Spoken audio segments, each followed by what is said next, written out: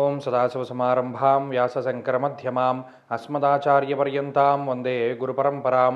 జ్యోతిషశాస్త్రాన్ని భావితరాల వారికి ప్రసాదించిన ఋషుల యొక్క పాదపద్మాలకి నమస్కారం చేసుకుంటూ, అలాగే నాకు ఈ జ్యోతిష విద్యను నేర్పిన గురువర్యులు జ్యోతిష బ్రహ్మ కీర్తిశేషులు శ్రీ ఈరంకి సూర్యనారాయణమూర్తి గారు, సూర్యశ్రీ దైవజ్ఞ గారి యొక్క పాదపద్మాలకి నమస్కారం చేసుకుంటూ, ఓం శ్రీ మహాగణాధిపతి నమః, శ్రీ గురుభ్యో నమః, హరి ఓం. వీక్షకులందరికీ నమస్కారం.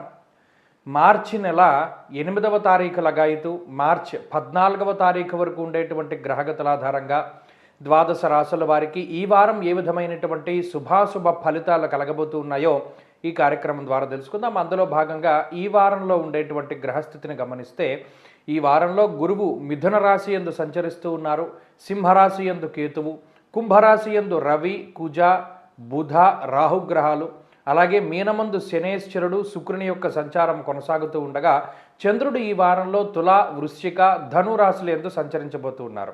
ఇటువంటి పరిస్థితుల్లో ద్వాదశ రాశుల వారికి ఏ విధమైనటువంటి ఫలితాలు కలగబోతున్నా తెలుసుకుందాం. అందులో భాగంగా మొదటిది మేషరాశి. తులారాశి వారికి ఈ వారం మిశ్రమమైనటువంటి ఫలితాలు కనబడుతూ ఉన్నాయి. ప్రత్యేకించి గ్రహణ గోచారం వేరు, మామూలు గోచారం వేరు. గ్రహణ గోచారంలో తులారాశి వారికి అద్భుతమైన ఫలితాలు చెప్పారు, మళ్ళీ ఇప్పుడు మిశ్రమం అంటున్నారని మీరు పొరపాటు పడకూడదు. ఆ గ్రహణ గోచారమే, అదో నెలలో 2 నెలల్లో అలా పనిచేస్తూ ఉంటుంది, దాని పని దాందే. ఇప్పుడు మనం మామూలు గోచారంలోకి వచ్చేయాలి. ఇందులో పంచమంలో పడ్డాయి గ్రహాలన్నీ, రవి కానీ, కుజుడు కానీ, రాహువు కానీ, అలాగేనేమో భృగు షట్కము అంటే శుక్రుని యొక్క షష్ఠభావ స్థితి కానీ, ఈ 4 గ్రహాలు ప్రతికూలంగా ఉన్నాయి. గురుడు యోగిస్తున్నారు, అలాగే బుధుడు యోగిస్తూ ఉన్నారు, శనేశ్వరుడు యోగిస్తూ ఉన్నారు, చంద్రుడు యోగిస్తూ ఉన్నారు.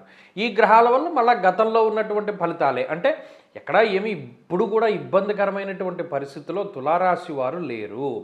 వారు అనుకున్నటువంటి పనులన్నీ సజావుగానే సాగుతూ ఉన్నాయి. కాకపోతే కొంత కాలాతిక్రమం అనేటువంటిది జరుగుతూ ఉన్నది. ఇవాళ అవ్వాలి, అది ఇవాళ అవ్వకుండా ఓ 2-3 రోజుల తర్వాత అవుతూ ఉన్నది పని. అంటే పని అవ్వనటువంటి పరిస్థితులు అయితే ఈ రాశి వారిలో లేవు.